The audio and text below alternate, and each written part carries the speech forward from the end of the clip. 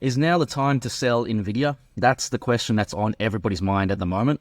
In this video, what I wanted to do was just explain my thoughts on when I think I'm going to personally sell not only just NVIDIA, but all of the AI stocks. So first of all, let's just have a look at the charts with NVIDIA and see what's going on. So it makes a lot of sense why everybody wants to talk about is now the time to sell NVIDIA, because the other week we hit like $1,000 on the dot. And since the most recent low in 2022, October 22, the price has gone up a lot. So it's roughly like 750%. But based on the past, NVIDIA, it has done this before. So if we go from the COVID lows up until November 21, look at that. That's like 1,000 on the dot right there. So 1,000%. And if we were to go from like 2015-ish up until these highs in, where's that, 2018, August 2018, it's 1,353%. So, yeah, it's crazy because it's gone up a lot, but for this stock, it's not out of the ordinary. But obviously, we can't expect it to go up like this forever. As you can see, so far there is this upwards channel, and it seems like it likes to range in between it. Let's see, do we find resistance? Like, do we consolidate like this and go sideways for a while? Do we come down and correct? What's going to happen? I have no idea. But my mindset with all of these stocks is I want to hold them for a very, very, very long time. And yes, I'm in it to make money, but it's not necessarily only about the money aspect. It's also about insurance against AI. Like, I actually have no idea what is going to happen with AI. Like, I believe, honestly, that this time could be different. You know, whenever there's a new technology, everybody says, you know, us humans, we find a way to adapt. But I believe this time, it may be different. I know the saying in the stock market, whenever you say that, this time is different, it's usually not. History repeats itself. But this time, it's utterly confusing, like, to myself. So I'm 30 years of age. I'm just thinking, in another 30 years' time, what is the world going to look like? So I want to hold these assets as insurance just in case the whole world flips upside down and I don't know how to make money anymore. So I think in the long term, everything will turn out fine. And to just paint the picture for you, I believe there's going to be robots, artificial intelligence. I think it's going to get to a stage where anything you want, there's such abundance that the robots and AI, they do absolutely everything for us. So there's no real capitalism anymore. So that's kind of like when maybe there's a system like universal basic income. I've got no idea. I think it's all going to end well, but I don't know when that is. Is that in 40 years? Is it in 100 years? Will I die before then? I've got no idea. What I'm scared about is the middle transitioning period. When we transition to this new era, I'm really scared about that. And I believe during that time, these AI companies, these technology companies, it's all the big companies. It's not only NVIDIA, it's all the semiconductor companies. It's, you know, it's Google, it's Facebook, it's Amazon, it's all of that. I think they're going to perform extremely well because these companies, they can swallow and absorb all of the competition, right? They really can. Like, just think about what Tesla's doing and, you know, other companies that are doing the same thing where they want to create self-driving and then have robo-taxis. Then what happens to Uber in that case? What happens to all the taxi drivers? You know, what's that going to even look like? I've got no idea, but it's just an example of how a company can expand so rapidly and then just everyone's obsolete. You know, then think about all truck drivers in that case. Obsolete. Like, it gets really weird. And honestly, it's like too mind-boggling for my personal brain to understand it all. So I want to hold these things as insurance for that. And that's a long time away. And one of my biggest mistakes with stocks is selling too early. You know, like, I just wanted to lock in the win. I'm not after these, 100%, 200% lock in this gain, or in NVIDIA's case, 1,000%. I'm not interested in it because, personally, I don't even have that much money in NVIDIA, right? So, and that's another thing, like my position size is small on these things and I have a lot of them. So I'm willing to hold these for a really, really long time. And that helps me manage my portfolio.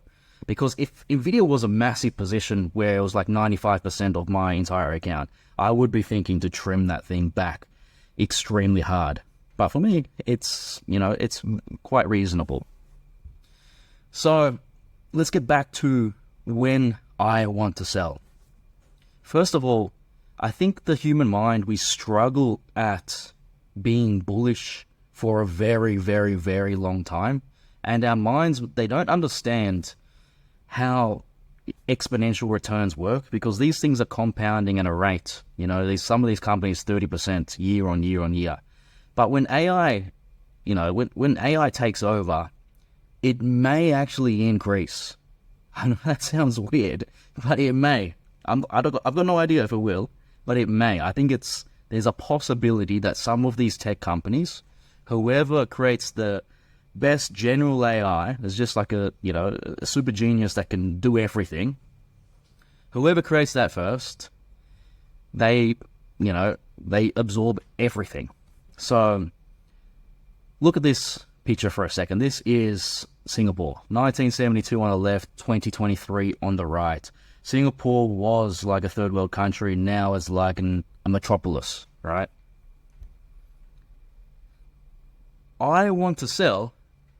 I want to put 2023 on the left side, and then we have to think about what's the right side going to look like in the future in 50 years' time. I think it's going to look like the Jetsons, right? The Jetsons cartoon. We're going to have like flying cars, and we're going to have delivery service pipes where it goes directly from a factory or whatever and straight to our house. These little tunnels that deliver packages to our houses. Self-driving everything. Artificial intelligence knows every single question possible. We've got aeroplanes which can take us across the world in less than an hour. All these type of things, right? Maybe even an interesting one would be like Spy Kids. If we've got that, that microwave they had, they chuck in the little popcorn thing and they got a full dinner ready made for it. That's what I'm holding for.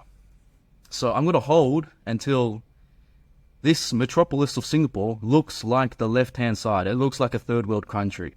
If that hasn't happened yet, I ain't selling. I'm just not selling. I'm going to keep on holding, right? Keep on holding. So that leads me to, I've designed my finances, my portfolio in such a way that it's kind of like the barbell strategy. Now, there's many ways of looking at this, but I like this one here. So a barbell strategy is where you have one left side, which is a significant portion of your portfolio, and then it's balanced out by another side. So generally speaking, like there's a low risk side and there's a high risk side. So for my personal finances, I want to try my best to roughly maintain around, into the future, around 50% in all of these tech companies.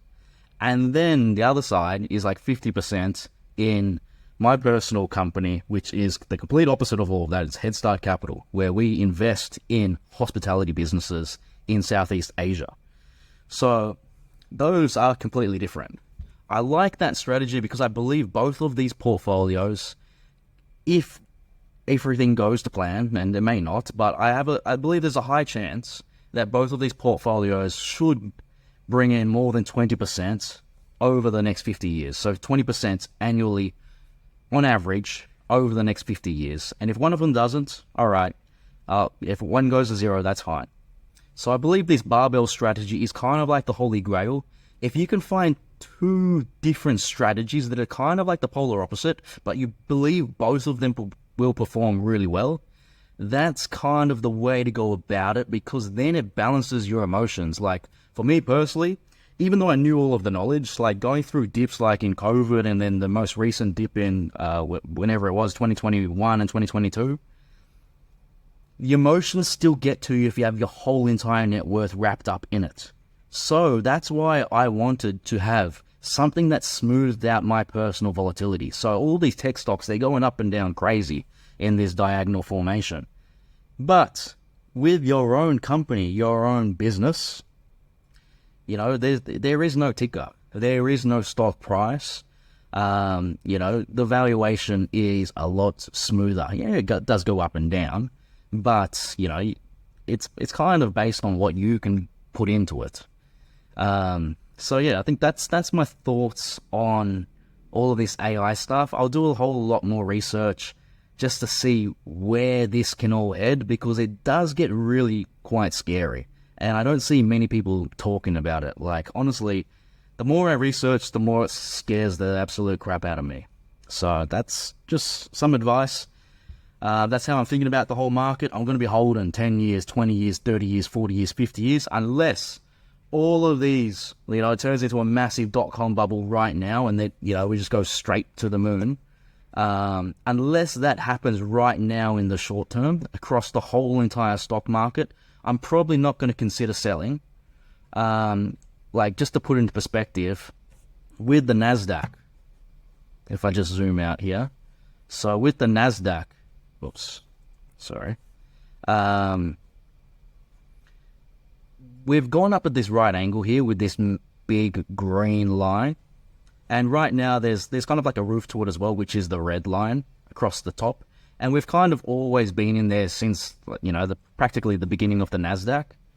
But when we started breaking out in 1996, 1997 for the dot-com bubble, it really outpaced how far away it got from the red line.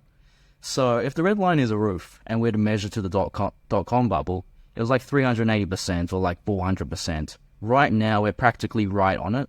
So yeah, it's not necessarily cheap, but I think it makes sense. If we were up 400% from it, we would be all the way up here. So the NASDAQ would be at literally like 91,000.